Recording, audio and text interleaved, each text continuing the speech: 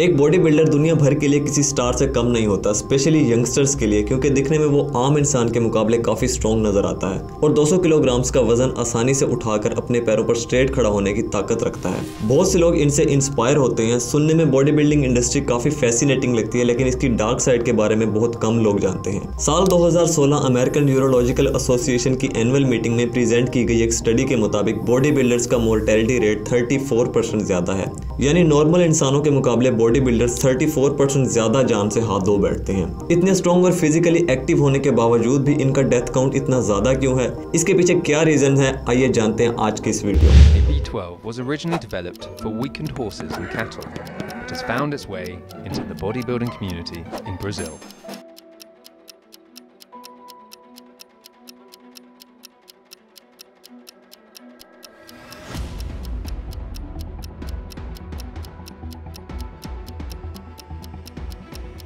Steroids can help you build a massive amount of muscle, increase your strength, and drastically speed up your recovery. But by taking synthetic testosterone, you'll vastly increase the amount of testosterone that flows through your veins.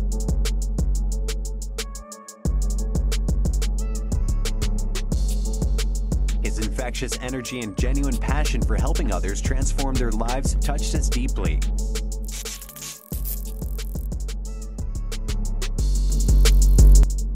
WHO की एक report के मुताबिक साल 2000 में जहां एक normal इंसान का लाइफ स्पैन 66 ईयर्स था, 19 साल बाद यानी साल 2019 में ये लाइफ स्पैन 66 से बढ़कर 73 ईयर्स तक पहुंच चुका है। मुख्तलिफ कंट्रीज का लाइफ स्पैन कम या ज्यादा हो सकता है, जैसे पाकिस्तान का लाइफ स्पैन 66 ईयर्स है, चाइना का 78 और इंडिया का 70 है। इसी तरह दुनिया भर में सब कंट्रीज का एक एवरेज लाइफ स्पैन कैलकुलेट किया जाए तो ये करीब 73 साल बनते हैं, यानी वर्ल्ड वाइड एक नॉर्मल इंसान की एवरेज एज 73 साल है। इसके बावजूद बहुत से बॉडी बिल्डर सिर्फ 40 से 50 साल ही जिंदा रह पाते हैं। इस सब के पीछे एक ही बड़ी वजह बताई जाती है, excess usages of anabolic androgenic steroids. सब heavy lifting body builders different types of steroids लेते हैं जो इनके मसल स्ट्रेंथ बढ़ाते हैं, जिससे ये हैवी वेट्स आसानी से लिफ्ट कर पाते हैं। लेकिन इन स्टीरॉइड्स का लॉन्ग टर्म यूज किया जाए तो ये हार्ट पंपिंग को बुरी तरह से अफेक्ट और इसके मसल्स को भी डैमेज करते हैं, जिससे ये हार्ट मसल ठीक से रिलैक्स नहीं कर पाते और इंसान कार्डियोमेगैली का शिकार हो जाता है। इस बीमारी में दिल का साइज बढ़ जाता है, जिसकी वजह से स्ट्रोक या हार्ट फेलियर के चांसेस और भी ज्यादा बढ़ने लगते हैं।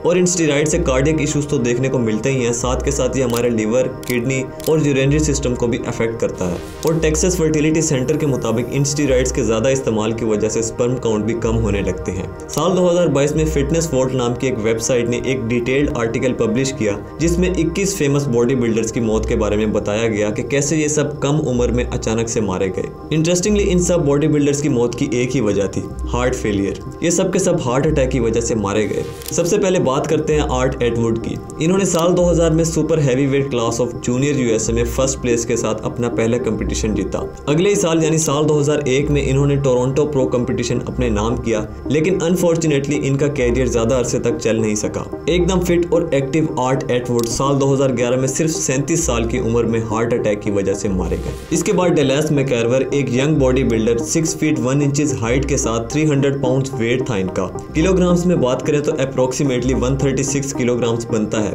जो कि काफी फैसिनेटिंग है। मैकगायवर ने 21 साल की उम्र में ही अपना प्रो कार्ड हासिल कर लिया था।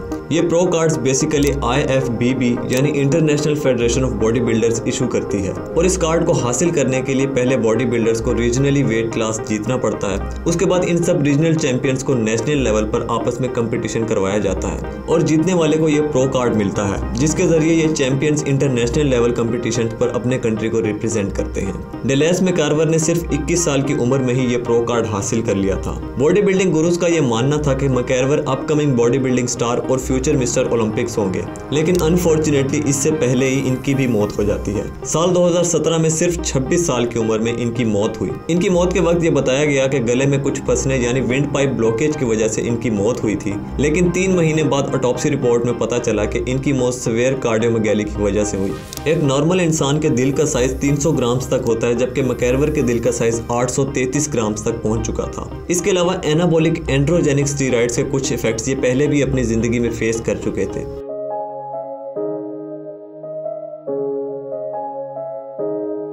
आगे बात करते हैं माइक मैटेरेजो की। इन्होंने साल 1989 में अपना पहला कंपटीशन गोल्ड जिम क्लासिक में जीता। 1991 में NPC USA चैंपियनशिप अपने नाम करके प्रोफेशनल बॉडी बिल्डर बने।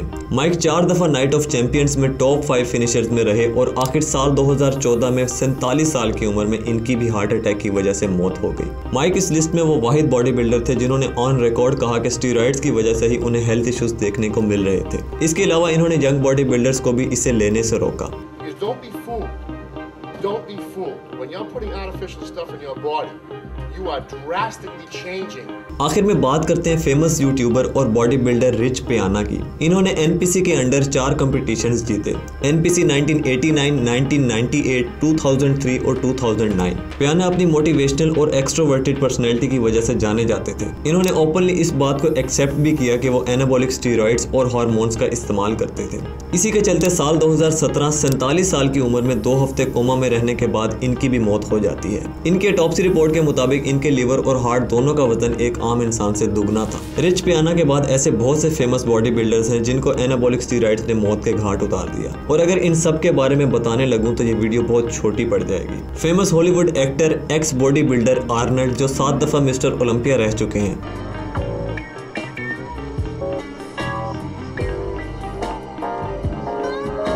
इन्होंने भी बॉडी बिल्डिंग रिलेटेड डेथ्स को रोकने के लिए आवाज उठाई। इनका कहना था कि ज्यादा से ज्यादा ड्रग टेस्ट किए जाएं ताकि बॉडी बिल्डर्स की हेल्थ को प्रॉपरली मेंटेन किया जा सके, लेकिन अभी तक इसके लिए कोई इनिशिएटिव नहीं लिया गया। उम्मीद है कि IFBB इस बढ़ते हुए डेथ काउंट को रोकने के लिए आने वाले वक्त में शायद कुछ स्टेप्स ले। आज की वीडियो के लिए इतना ही। वीडियो अच्छी लगी हो तो लाइक करें। इसी तरह की और इन्फॉर्मेटिव वीडियोस देखने के लिए चैनल को सब्सक्राइब करें। मिलते हैं नेक्स्ट वीडियो में, तब तक के लिए बाय।